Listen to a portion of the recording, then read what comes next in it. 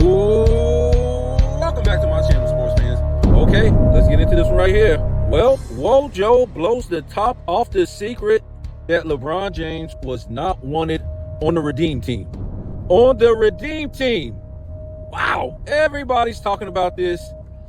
Everybody's talking about this. Everybody's talking about this. So let's talk about it.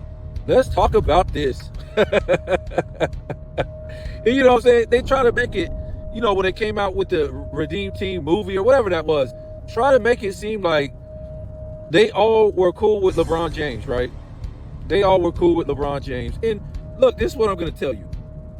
We really don't know Kobe and LeBron's real relationship, right? I put out many videos where Kobe Bryant and LeBron was like cool as beans and stuff like that. But, you know, Kobe said over and over, he would do them. Kobe said he would do them. Kobe said LeBron's not a killer. He's more like a Magic Johnson. And he was trying to be nice as far as, you know, just a pass-first guy. And we all know he was never a pass-first guy. But we're talking about, I think Kobe was talking about as far as a killer mentality. And, hey, Magic Johnson has more of a killer mentality than LeBron James. That's just a fact.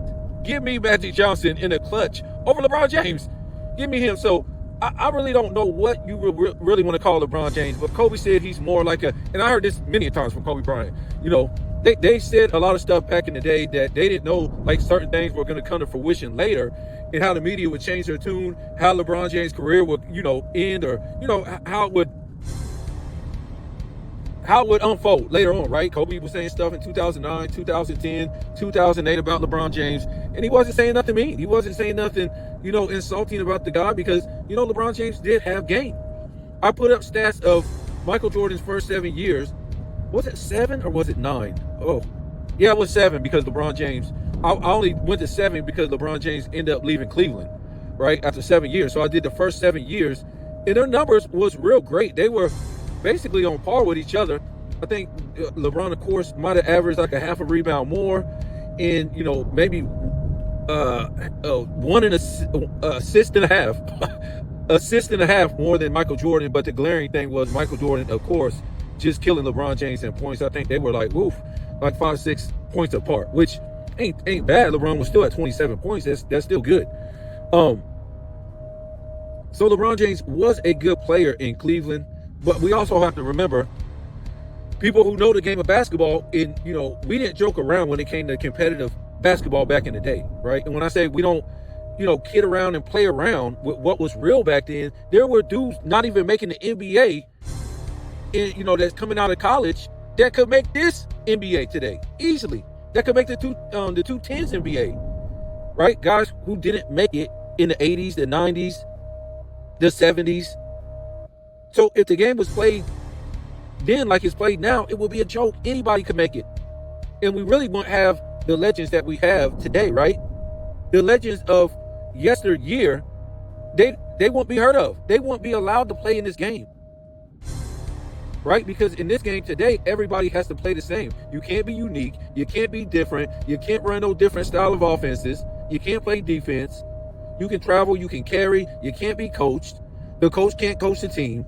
The referees can't referee the games, right? So we won't have all-time legends that, you know, are in the top 10. You know, we all know what the top 10 is. I don't have to really delve deep into it, but we know these top 10 guys would never exist if the game back then was played like today, right? So when I say we didn't joke about basketball back then, you would get your feelings hurt thinking you was a bad dude back in the day, if you was in high school. But by the time you got to college, if you ever even did get to a good college, you get your feelings hurt again. How great the guys were in college, right? And then if you thought you was, you know, all world because you was going to the NBA, you would get your feelings hurt again because the guys were that good in the NBA.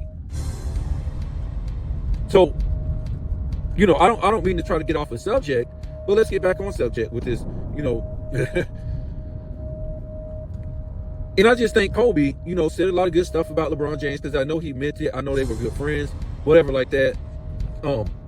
Kobe was blessed because he did the back-to-back championships without Shaq, without a top 75 teammate. And that was basically an end of an era. That was basically an end of an era, right? Because LeBron James goes to Miami, and then the whole NBA is a joke. Is a joke from that point on. So, you know, we could even say Dirk Nowitzki. Yeah, we got to give this guy props. You know, somebody said that to me the other day about Dirk Nowitzki. But yeah, I'll keep the Dirk Nowitzki in there, and even Tim Duncan. But Tim Duncan already did his damage before he played LeBron James in the 210s. So, okay, I'll give it to Dirk Nowitzki. He was the last of the Mohicans. I won't include Tim Duncan, even though they did win in 14. Tim Duncan basically cemented himself. If you want to say he was a top 5, a lot of people can't argue with that. What they did in 2014 was, as an old team like that, to make it back to the finals and destroy that Heat team. I mean, you just don't, a lot of times you don't come back from that. You don't. That game was over. The series was over. You just don't come back. That's too much. It's too much pain, too much heartache for you to go a whole new season as, you know, I think they ended up being the oldest team to win a championship, if I ain't mistaken, or one of the oldest, top 3 or something like that. But you could have called it quits. And, you know, having to go through that West again, huh. So that was remarkable what Tim Duncan did. And these are the type of things that, you know, put people like Tim Duncan over LeBron James. If you want to say Dirk Nowitzki, I won't argue with you, because LeBron James has never won a championship without a super team, right? And Dirk Nowitzki had to play LeBron James' super team and beat him after they was making fun of him for being sick. LeBron James was. So to me, yeah, Dirk Nowitzki was the last of the Mohicans. And I'm not trying to diss Steph Curry or Kevin Durant or any other guy that came after that, but I'm just saying the NBA was never really the same after LeBron James went to the NBA. And, you know, to me, it just kept going into a softer and softer no-touch era, right? It just kept getting worse. And we could say it was with the Golden State Warriors, really. They were playing defense, but it just kept getting softer, man. I ain't trying to take nothing away from Curry, but the game did keep getting softer. And once we reached the 2020s, this shit's like Care Bear. It's like Care Bear. It's like a Care Bear NBA. So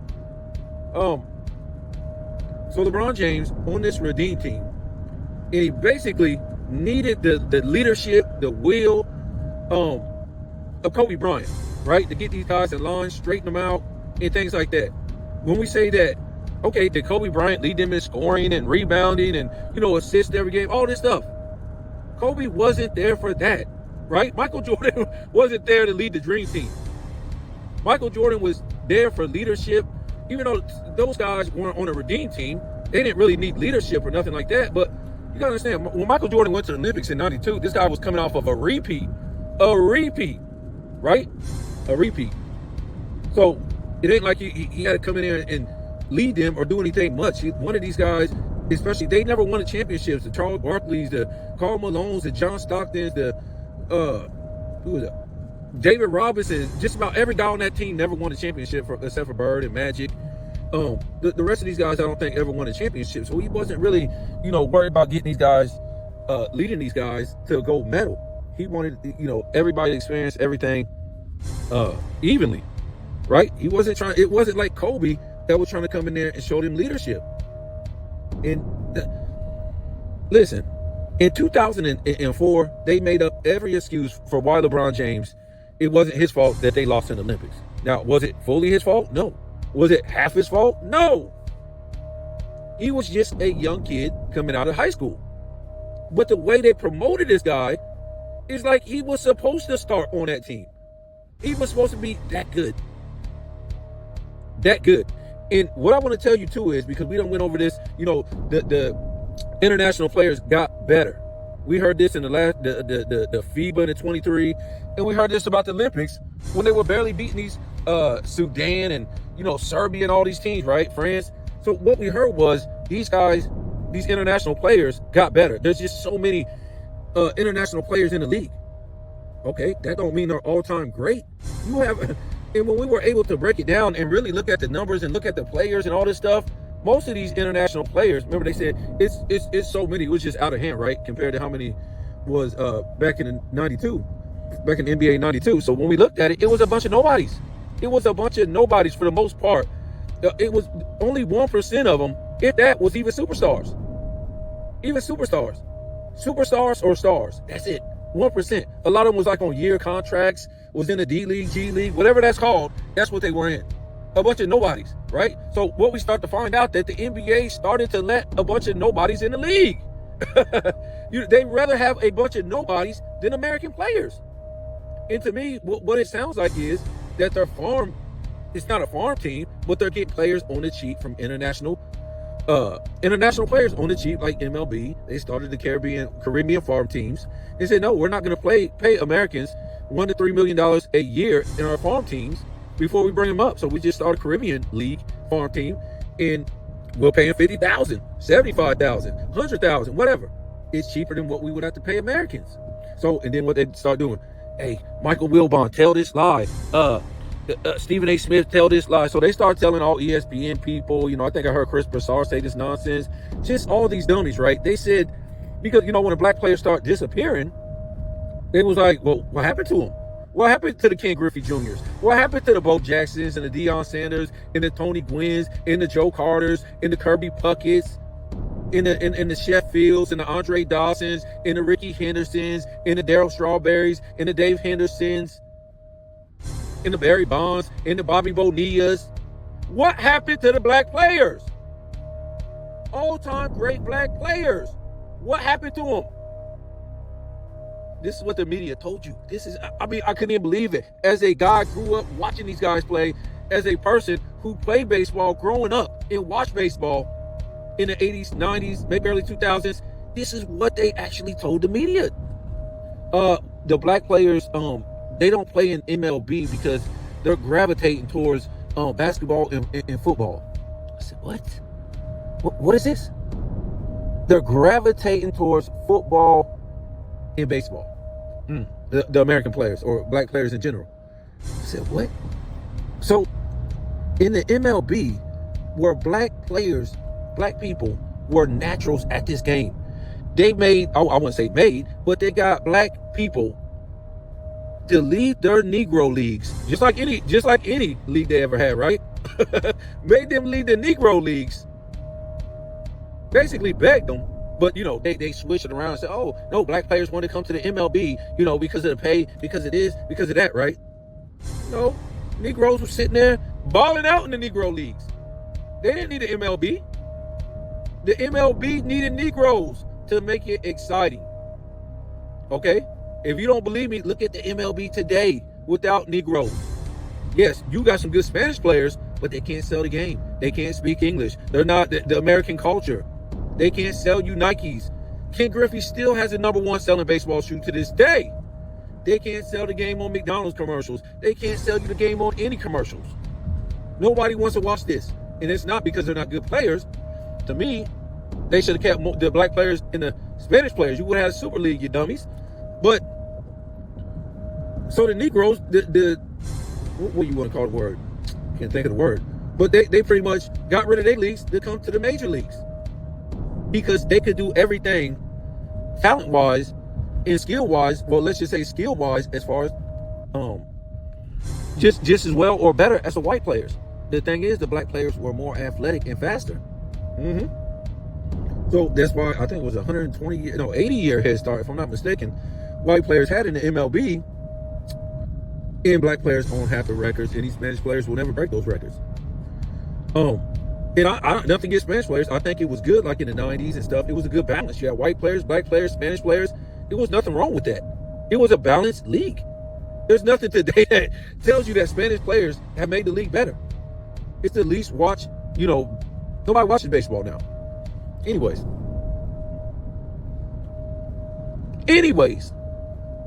let's get back on this LeBron James. I get crazy when we talk about my baseball. I just couldn't even imagine not even watching baseball no more. And I haven't for, over 15 years. I won't support it. You gonna kick my people out? And now you want me to watch this? The managers can't even talk to the players because they don't speak English. They have to have a turn. What are we doing here? MLB is getting rich. That's what they're doing. They don't pay them nothing on the. Come on. And people say, man, no, this guy made this kind of money. I'm talking about, in a farm team, they're not getting paid no money. And then we got to realize when they first come up, that's another contract. They're not getting paid no money. So the MLB is raking. They're raking.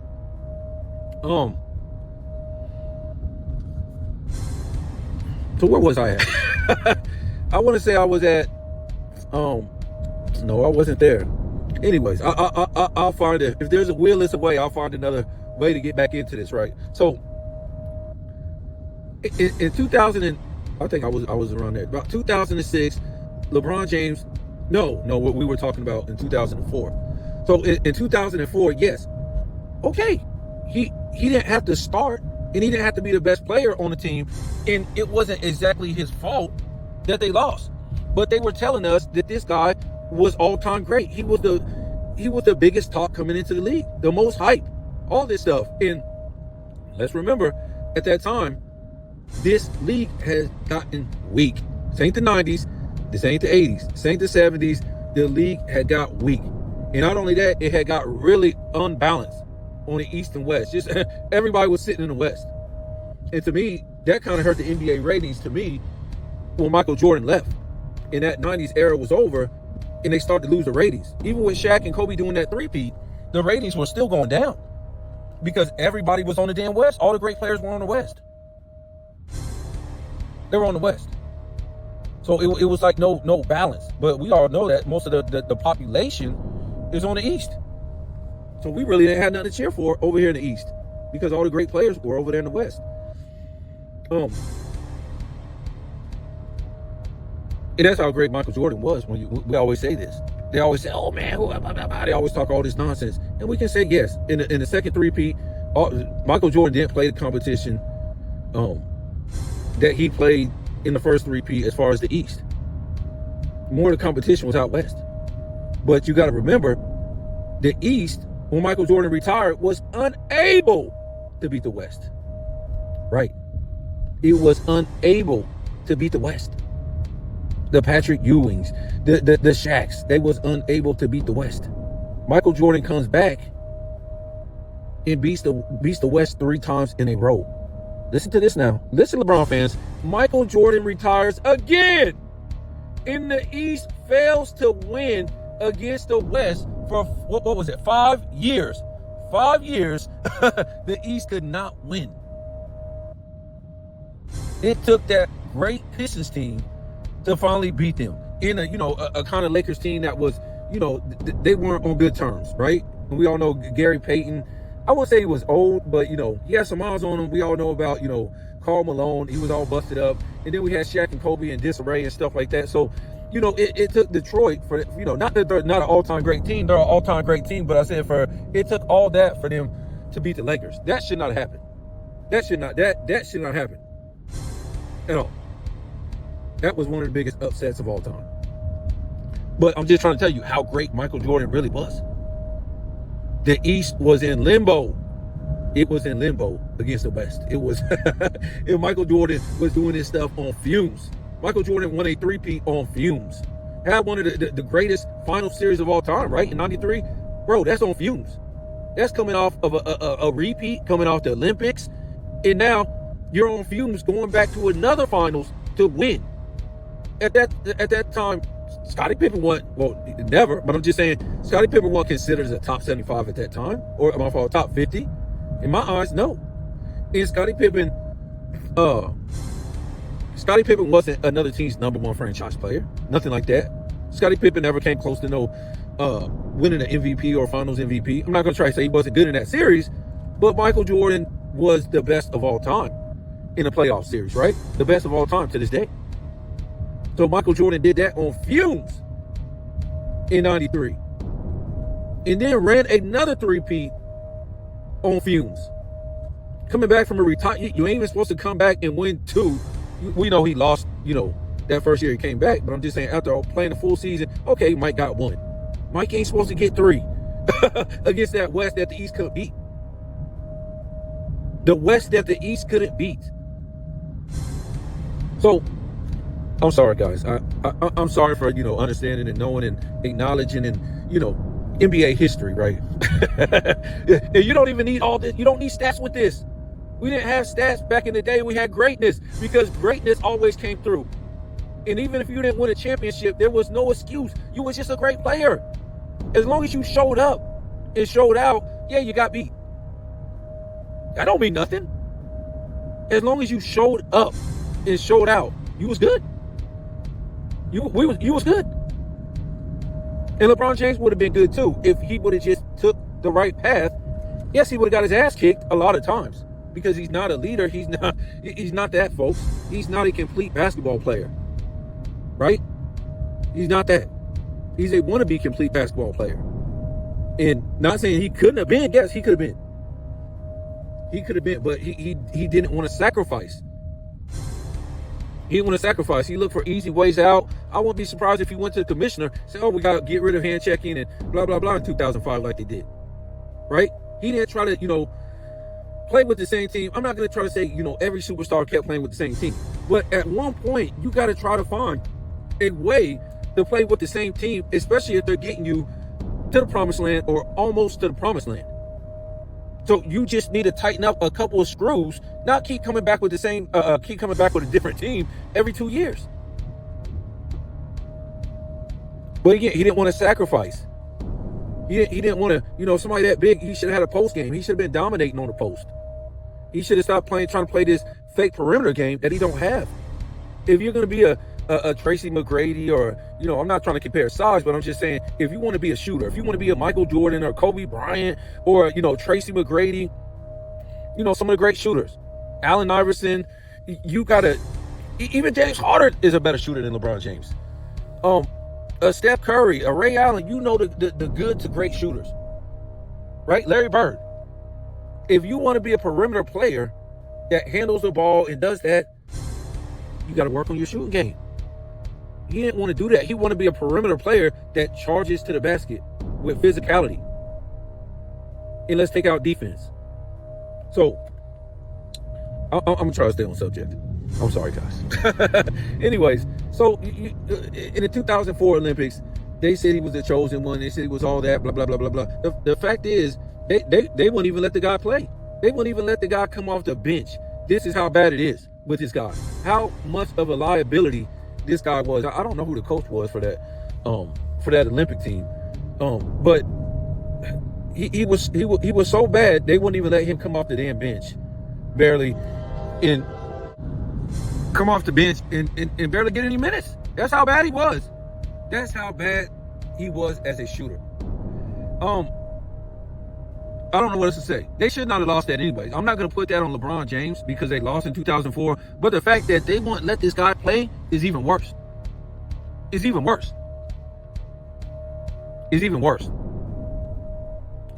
Listen, this isn't like, okay, he leaves high school, and then in that summer, hold on. Well, that happens sometimes because that happened to, Christian Laettner. It just, how did it land like that? Oh, because he came out in that year. Okay. Well, sometimes, you'll come straight out of school instead of going to the NBA. You're playing in the Olympics because remember, they start picking one college player. But at this time, it didn't fall like that. LeBron James got to play an entire season. He played an entire season, right? So, it wasn't like they were picking, actually, if it would have landed any other way because he didn't go to college, he would not have got picked, right? Because I think they were picking college players. I'm not for sure. Were they still doing that at the time? I'm not for sure. But anyways, what was it, a college player on that team, on the Redeem team? I'm not for sure. Or the 2004 I'm not sure. You guys got to tell me. But anyways, he played an entire season, folks. This guy played an entire season shooting a brick fest for the Cavs, right? He shot like 41%, right? And he got you, I think, like 21 points or something like that per game. So they already saw the guy couldn't shoot. He was a horrible shooter. And he goes to the Olympics in 2004 after he played a whole NBA season. And like I said, it wasn't like he was coming out of college and he was a Christian Laettner. Oh, get this guy, he's playing against, NBA, well, playing with NBA players, so we're not going to give him no time. No!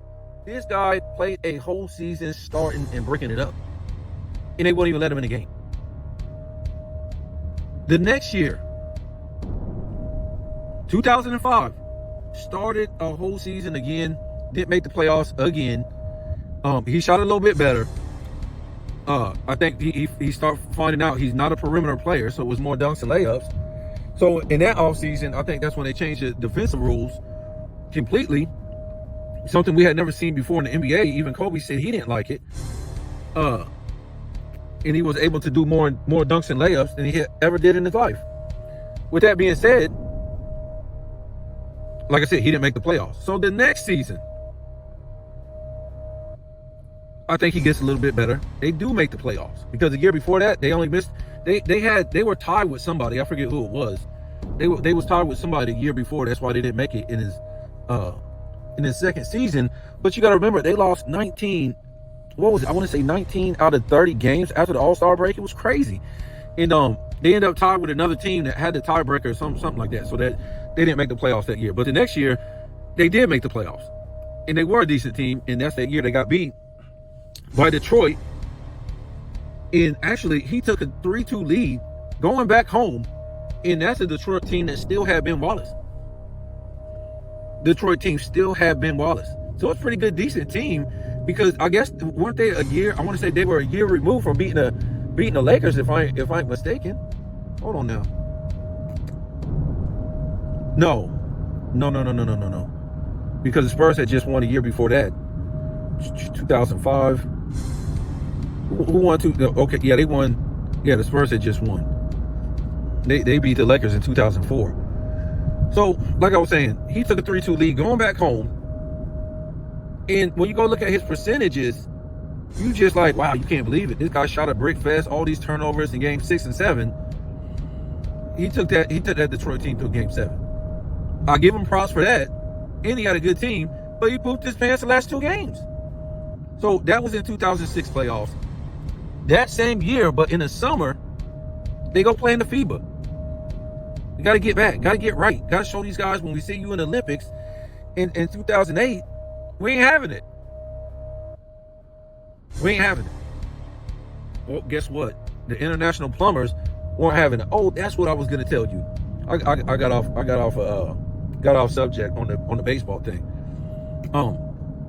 Yeah, in 2004, these guys, it wasn't that many great players that played in the NBA that was in the Olympics in 2004. It was Manu Ginobili, a 6-man, and his Argentinian plumbers that won that gold medal. And even everybody was dogging them out too. They ended up winning bronze. The U.S., everybody was dogging them out. And it was crazy. But 2006 was the same thing. It wasn't that many NBA players in the league like that. And if it was, it wasn't no superstars. There was no superstars in the NBA back then. Well, international players, my fault. There was no superstar international players in the NBA back then. Fill me in. Maybe I'm mistaken. Because I know that the contending team that they were having a problem with was Spain. And Paul Gasol was nothing back then, at that time. I'm just trying to think. Maybe Dirk Nowitzki.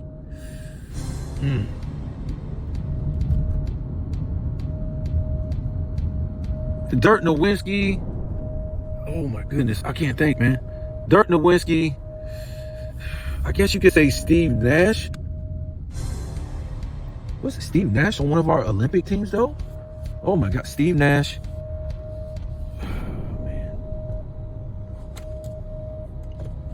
I can't think of any international superstars back then. You guys let me know. But what I'm trying to say is, international guys weren't that good back then. Yes, we had a lot of international guys in the 2000s, but they weren't. No. So us losing in 2004 in Olympics and then losing in 2006 in a FIBA, there was no excuse. What was the excuse? What was it? Did the world get better? I don't know about that, folks. These are all-time great players on those teams.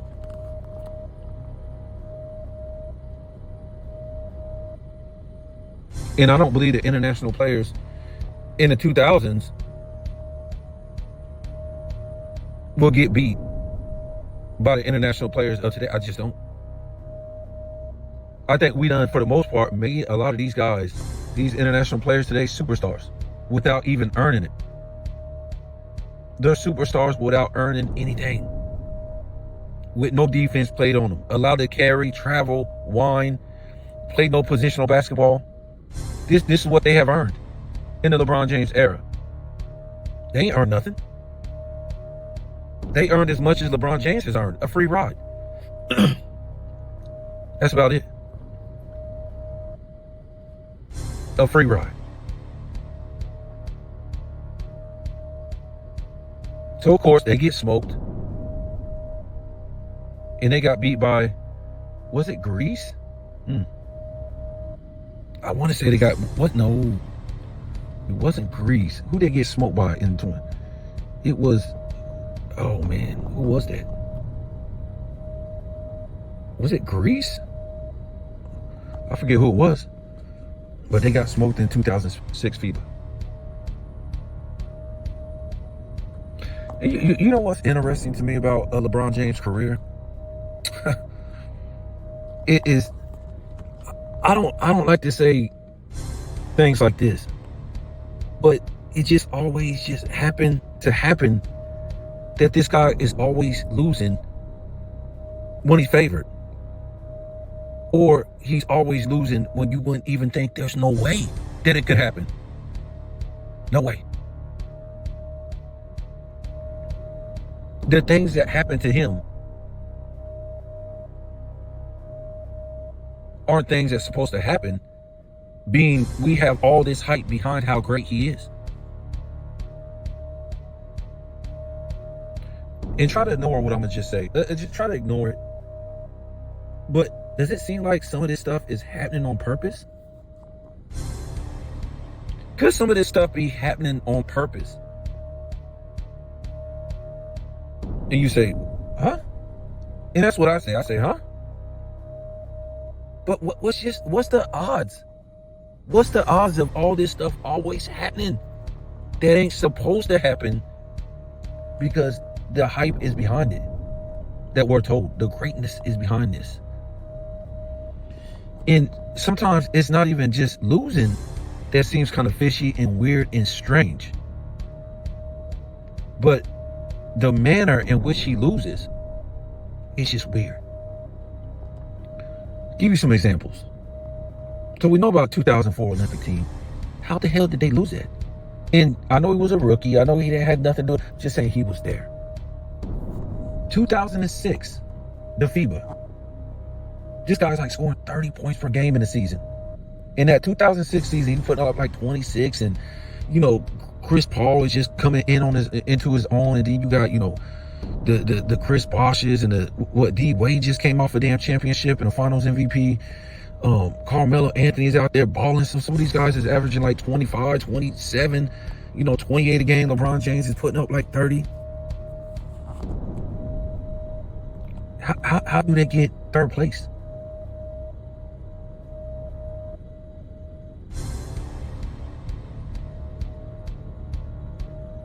So you're trying to tell me that they got third place, but from that point on, from 2006,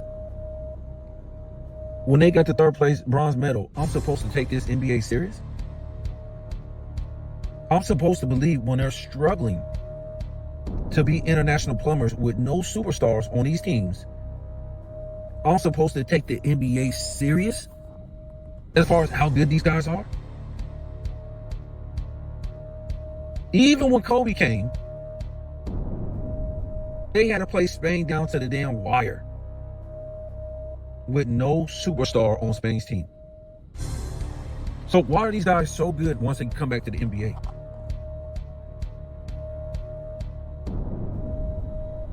Huh. So LeBron James loses in 2009, 2010 as the number 1 overall seed in the entire NBA to a 3 and 4 seed at that. Let's keep it rolling. And I'm not trying to say you guys don't know this stuff. I'm trying to just like, how is this just a coincidence? 2011, we know what happened in the finals. In the manner it happened. 2014, they should have manhandled Spurs. They're old. And then 2014, they get blown out by a record margin. 2015, suddenly 2 guys get hurt. They blew a 2-1 lead. 17, yes, they lost 4-1. They didn't even compete. with a super team. And I told you, to me, you guys can keep saying what you want, but you have no proof and no evidence that Golden State team in 17-18 was a super team. You had two other guys who were other teams' number one franchise players. That's it. You need three guys to come together who were other teams' number one franchise player, future Hall of Famer. You come through the draft, that doesn't make you a Hall of Famer. I mean, my fault. Don't make you a part of a super team. You come to the draft, you're not another team's number one franchise player. This is what the Nick Wrights and the Shannon Sharp, these are the lies that they told you for a long time, because LeBron James couldn't make anybody better and win championships. So he had to play with other teams' number one franchise players. So let me get back into this before I lose my train of thought. But again, they didn't even compete in 2017. What? How's that possible? And we all know what happened in 2018. Take a year like, what was it, 21, 22, right? What is that? They don't even make the play-in. So let's kind of like rewind this thing back and try to understand what I'm trying to say. What I'm trying to say is, a lot of time he loses in epic fashion when he's not supposed to lose at all, right? And then sometimes he doesn't even compete when he loses. His team doesn't. And they get blown off the floor. And then the thing in 21, 22, it's like, okay, I'm just saying, what, is somebody know about what's going to be the outcome as far as put money on this stuff? Because we done seen, I know gambling ain't been legal for a long time, but people been gambling for a long time, even when it wasn't legal.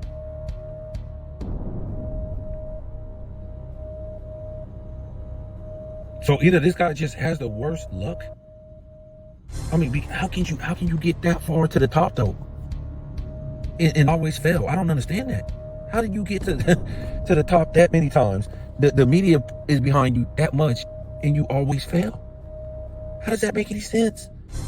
And not just, okay, he lost by like 10 or came down to the wire and lost by 5. This guy has 6 finals blowout losses. He never seen a game 7 in any playoff series loss. Never seen a game 7. And I've had people say, oh man, there's other teams lost in 6. And I'm like, but most of the times when he lost in 6, guess what? It wasn't even nothing going on in the fourth quarter. It was a blowout. It was already a blowout. He was just in there stat pad, and that's it. Get numbers. Wouldn't let other guys come in and put some numbers up on the board. Trying to make it look like he did all he could do. No. It was already a blowout going into the fourth quarter. It was over. And then we got the sweeps. We got the 4-1s.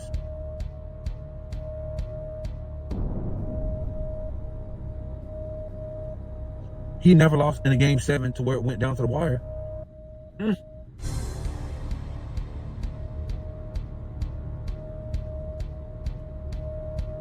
Then a lot of times you need a game 7s just to win at the last minute, or just last minute shots. I'm just saying, man, it's some funny business with this guy.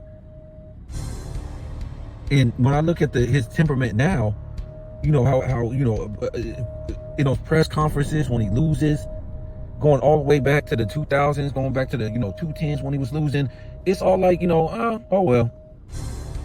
well, they was just a better team. He ain't heard about it, nothing like that. I'm just saying, man, you can't trust. I definitely don't trust this guy in his funny business. His players his teammates always getting hurt. Hell, I've seen Michael Jordan's teammates, get hurt, and they're still playing. They're still playing in the NBA Final Series. He's still playing. So I'm just saying, I wouldn't doubt it if it had been some funny business going on all his career, where people was, finagling stuff for money, and they already knew the outcome, and they threw these games. I'm sorry, guys. I know that sounds like the most outlandish, ludicrous thing in the world, but now we're able to, look at what's going on lately since gambling been legal. And to me, I called a lot of fake injuries. We can see that they was playing a lot of games in the NFL last year, or last season, whatever you want to say. And you even seen bad calls at the end of games where referees were trying to cover spreads. You even seen teams kicking the ball out for no reason and getting a touchback for no reason. What was it? End zone touch. They did something crazy. Like, they didn't have to do it. They did it for no reason. They got it. They got a touchback for no reason.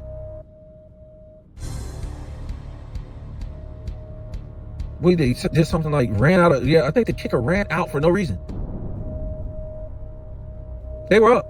I think they were up big or something. They were trying to cover the spread. And you seen all kind of other funny stuff going on in the NFL last year, almost like they were trying to cover spreads. And we done seen it with this NBA last year, this year, whatever. Especially this year. Teams were like, yeah, you saw that in the NFL too last year. Remember at the beginning of the season last year, all kind of teams were losing that weren't supposed to be losing. And then once we got to the halfway mark, everything started straightening up. All the bad teams start being bad teams again. But, it's always a lot of funny business going on in the NBA today. All these players getting hurt. And, and I was telling this guy, that I work with, I'm like, it's over. We won't never get that again. Where we got number ones going against number ones back in the day, number two, and a 1 and a 2, a 1 and a 1, a 1 and a, I don't know, no lower than a 4, 99% of the time. So it'd be like a 1 and a 4 at the least, 99% of the time. But most of the time, you get your 1 and 1, a 1 and a 2, and a 1 and 3, whatever like that. These days, what do you got? You have a 1 and a 8, a 1 and a 4, 1 and a 6, 2 and a 8. What the hell is this? What the hell is this in the NBA today?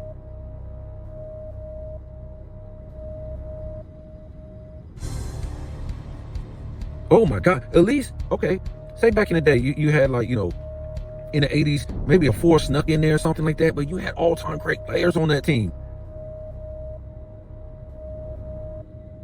Today, you got a 4 in there, like, who the hell is Indiana? I'm picking Indiana to win. And it sounds like the most ludicrous thing in the world, and they shouldn't. But they're deep. They're deep. And what do you want? Denver, guess what? They weren't even that deep. And they went to Game 7 against his OKC team.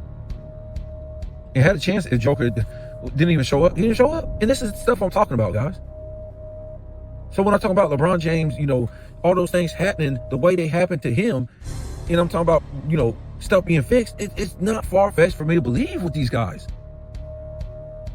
It's not. It's not. So,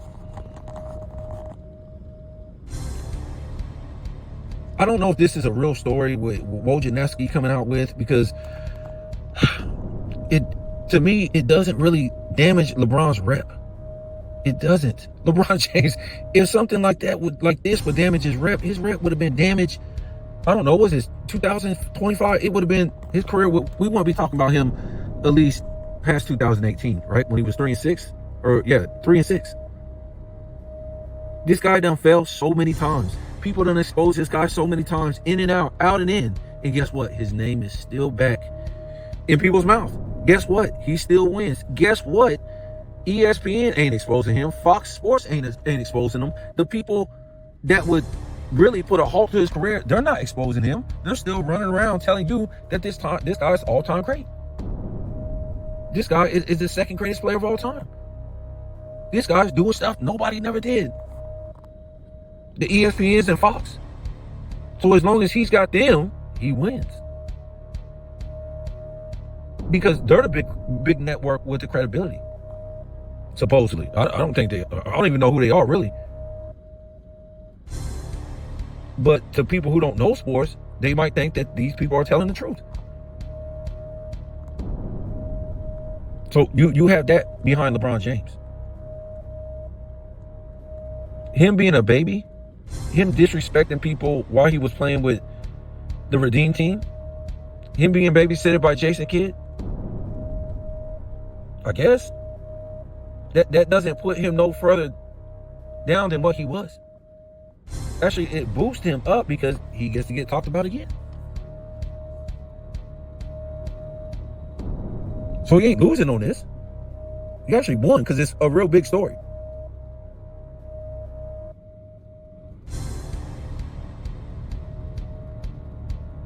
It's really a big story. So he's winning. He's not losing on this. He's not taking his gold medals and his fake finals MVPs and his fake MVPs and his championships away that he won with other teams' number one franchise players. He's winning. Because what do you have next is Dwayne Wade. He will say something dumb like he said the other day. What did he say? Oh, I've never seen nobody work harder than LeBron James. What?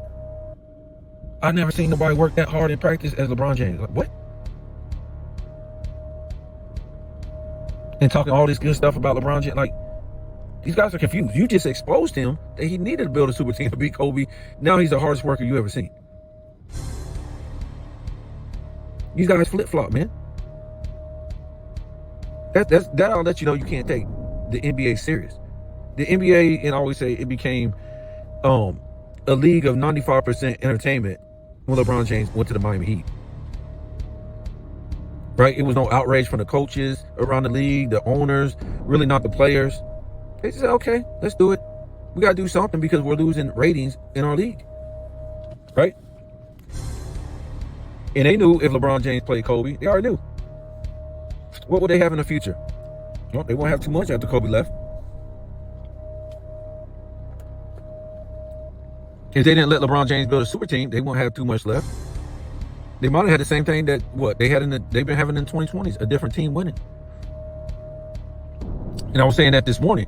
Imagine if LeBron James would have lost in 2012, again with a super team, they would have had to stop talking about it. To me, at that point, they shouldn't have been talking about him as like they did anyway, as far as being the face of the league or anything like that, because he was 0-2 in his first two finals. By the time he got to Cleveland the second time, he was 2-4 in the finals. That's crazy. That's crazy. Was it 2-4? 1, 2, 3. I guess it was 2-3. And then he went 3-4, I want to say. Yeah, something like that. So they shouldn't have been talking about the guy in the first place. That's just how awful the NBA has been. To this day, they should be celebrating Kobe Bryant winning back-to-back championships, beating LeBron James teams that he was supposed to be in the playoffs. And Kobe did it without a top 75, without Shaq, and without a super team. He didn't have to beat a super team.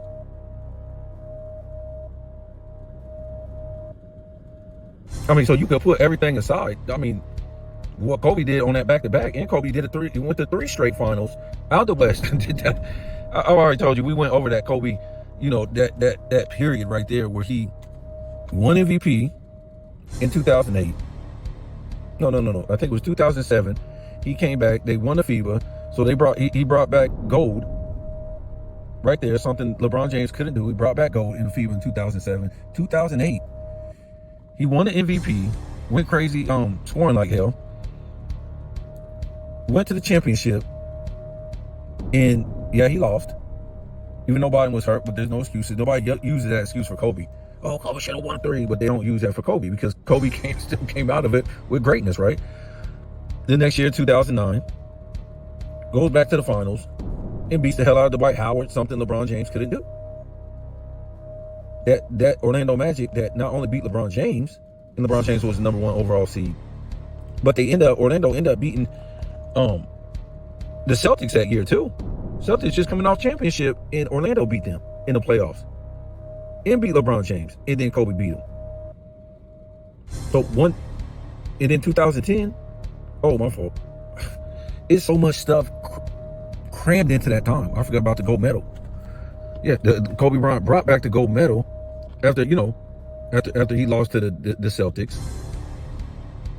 That summer, he brought back the gold medal, which now he's got a lot of miles on him, and he goes back to the finals, wins championship, boom, bam, boom. 2009, we know about that. LeBron James didn't show up again because he was scared he was going to get beat by Kobe, and Kobe had to beat 3 top 75. So that 4-year, I mean, what was it? 7, 8, 9, 10. That 4-year run for Kobe, accomplishments and doing all-time great things is something. LeBron James never had a 4-year career like that. Never. And Kobe wasn't doing that with a super team. He was doing it with a guy who had only been to the All-Star game one time, Paul Gasol. This is what Kobe, and he had to do it out of the West. And he had to bring home the gold in the FIBA, which LeBron James couldn't do without Kobe. And he had to bring home the gold for the Olympics, something that LeBron James couldn't do without Kobe.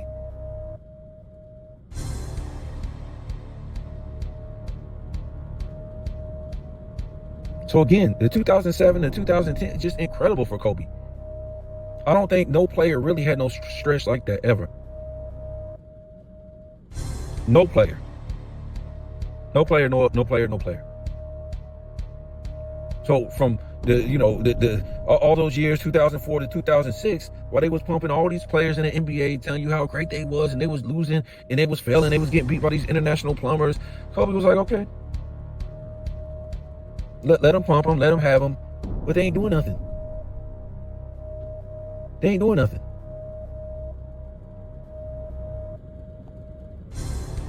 They ain't doing nothing. I mean, we also got to remember that, Shaq had to build a super team to win his other championship, his fourth, right? And then KD and, Kevin Garnett and all them, Paul Pierce and, Ray Allen, they had to form a super team just to win one championship. And these dudes were so scared in 2010-11, they had to form a super team just in case they met Kobe again. There's like two names you never put in the same, sentence: LeBron and Kobe.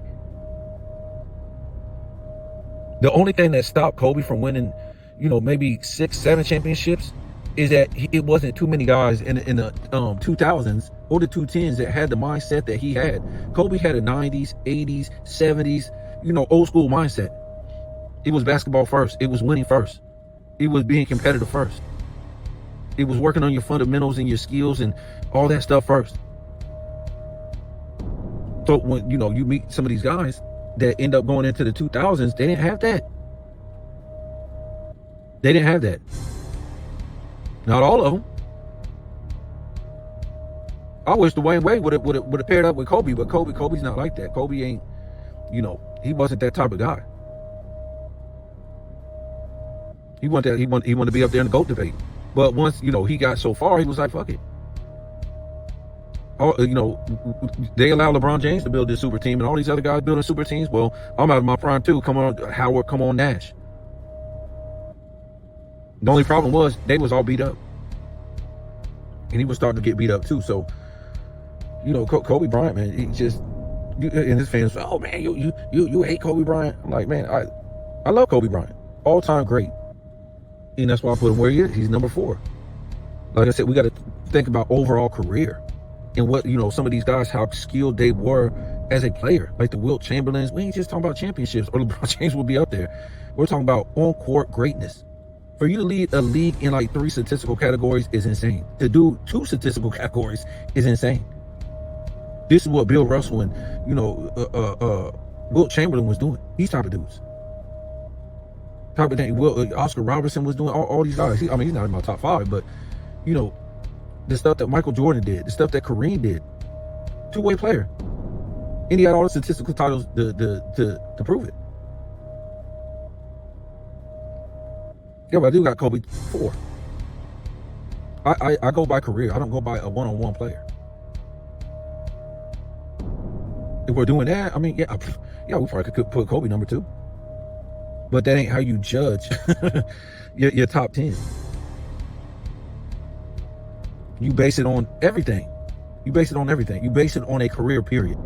And it has to do with statistical titles, MVPs, finals MVPs, everything. Championships. Oh man, I mean LeBron James should be over Kobe. No. Not when you do it that way, homie. Not when you do it that way. Not when you do it that way. You can't build super team after super team after super. At least if you're gonna do it that way, come out on top. Come out on top.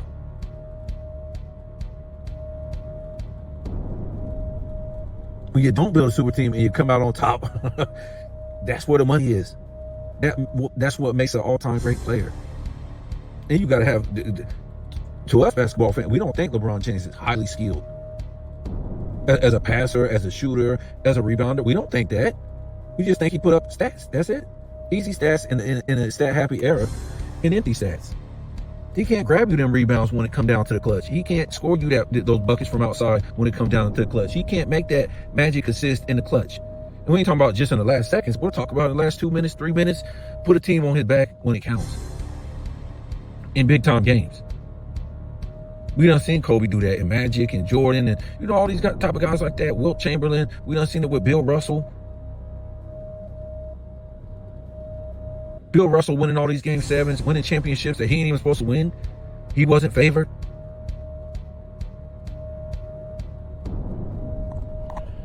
So let me get off of here, man. Yeah, I mean, that news is what it is, man. But it's just bigger than what they tell you. What they really tell you. When you look at the whole overall LeBron James career, it's just trash, man. His career done made the NBA into a bunch of shenanigans. Made the NBA into a bunch of people you can't trust, into a bunch of liars. Sometimes it irks me that past players don't really call this guy out. And it just shows you how bad the NBA is, that they can't even, their current players in, past players as far as the 210s and the 2000s, they can rip all over past players. But for some reason, past players can't rip on them. This is how bad this league is now, that they don't have no on-court greatness. We didn't rip on players in the past. We didn't rip on Kareem Abdul-Jabbar or Wilt Chamberlain or Jerry West. What we would do is like, oh no, Karl Malone, he better than Charles Barkley. Shaq is better than Hakeem. Nope. You ain't better than Alonzo Mourning. That's the type of battle we had with dudes in the same era. That's what we would think.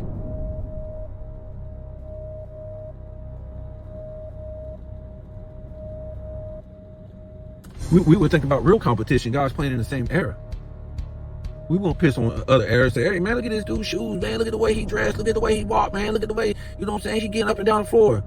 Be like, what are you people talking about? That's like making fun of somebody's hair in the 80s.